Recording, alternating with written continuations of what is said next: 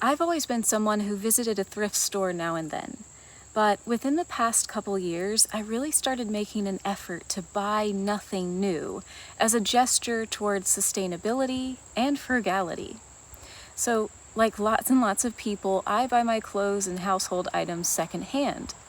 I started doing this with sustainability in mind, but I also liked that I could find high quality items for a fraction of their original price. But you already know that thrifting is cheap and sustainable. I want to talk about something else I got from the practice of buying secondhand items that has become such a valuable part of my life that would be hard to live without now. Thrifting taught me to be present in a way I'd never understood presence before. Now, presence, it always felt for me, for many years, like something I aspired to be good at, something I had to make a conscious effort to try to practice each day, rather than something that felt really natural.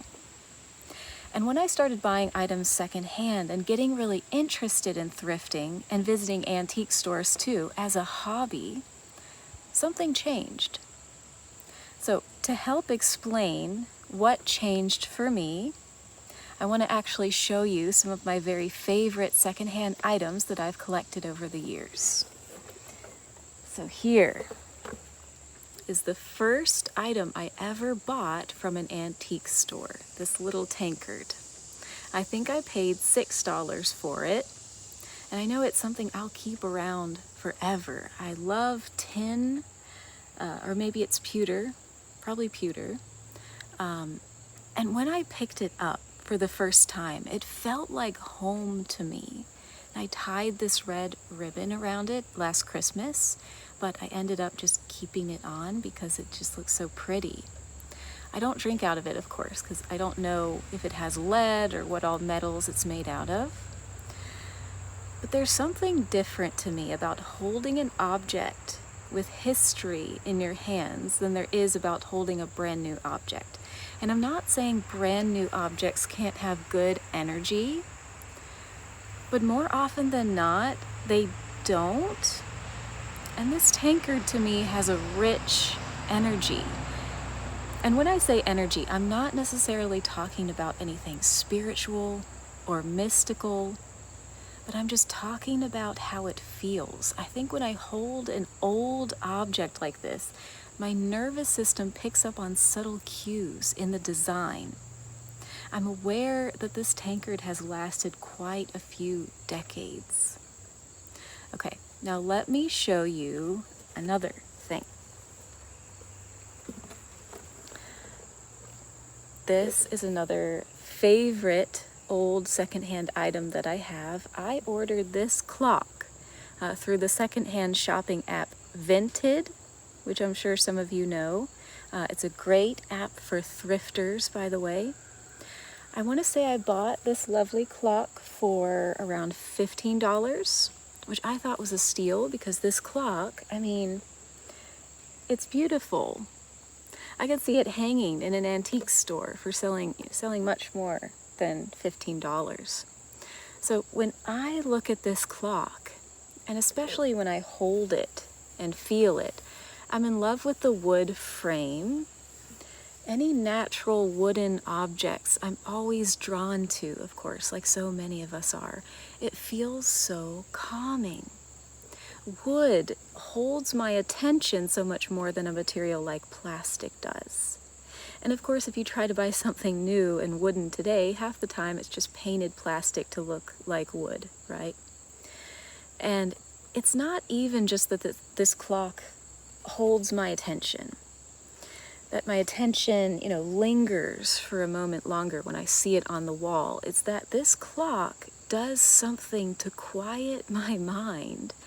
Like with the tankard, you can tell this clock wasn't made especially quickly. And I really don't even know how I know that. I just do. And maybe it was made faster than clocks from even older eras of history than the one this one came from, but it certainly wasn't churned out with the efficiency of a clock made today that you could get on Amazon, for example. It's something about the thickness of the materials, the weight, the graceful design.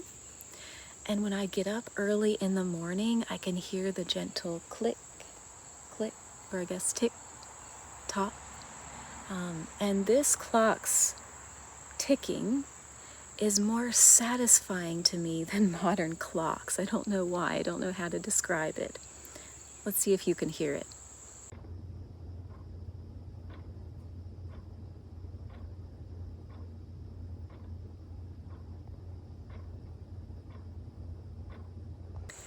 So let me show you just one more thrifted item I own. It's the skirt I have on right now.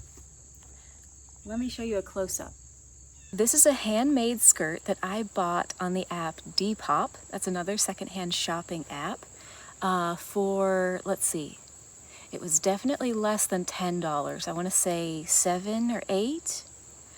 And I mean, just look at this. Maybe some people would think it's ugly, to some modern eyes, but to me, I'm just mesmerized by it. I mean, every patch here was carefully chosen, the patterns chosen to complement each other, and then it was all mindfully sewn together by somebody who wanted it to last. It's good, sturdy material, and I'll wear it until it absolutely wears out, which I think it'll be a long time from now. But the way I feel when I wear an old handmade piece of clothing like this, I feel connected to its history somehow. I feel like a piece of its story, and actually that tends to slow me down. It tends to give me perspective, to remind me that I'm not just a little island of existence in the world. The vintage clock I just showed you will outlive me. It'll probably go on to somebody else after I'm gone and have another piece of its story. And we forget that, don't we? There's a quietness that falls all around me when I interact with an old, used, or handmade object. And so that's how thrifting has been teaching me about presence. I'm not saying our meditative practices should be all about things. I think addiction to acquiring things is very real, and that goes for thrifting as well. You can get addicted to thrifting pretty easily. And that addictive, craving energy isn't an energy of presence. So I'm never advocating for getting entirely obsessed with things. But since things are inherently a part of our lives, I find value in interacting with things that carry an energy of mindfulness. And as hobbies go, thrifting can be one of the most mindful hobbies, I believe, especially for those of us who aren't just looking to accumulate, but who enjoy picking up, admiring, looking at, or interacting with a secondhand object, even if we just end up ultimately putting it down again. So even when I watch a show like Antiques Roadshow, if you know that one, even though it's TV, there's definitely such a thing as mindful TV, I think. And watching a show like that one actually slows down the speed of my mind. And it reduces that craving feeling I often get for more and more stimulation if I'm not careful. So thank you for sitting with me today and talking for a bit. Let me know about your favorite thrifted or secondhand items in the comments. Like and subscribe to help out my channel. And happy thrifting.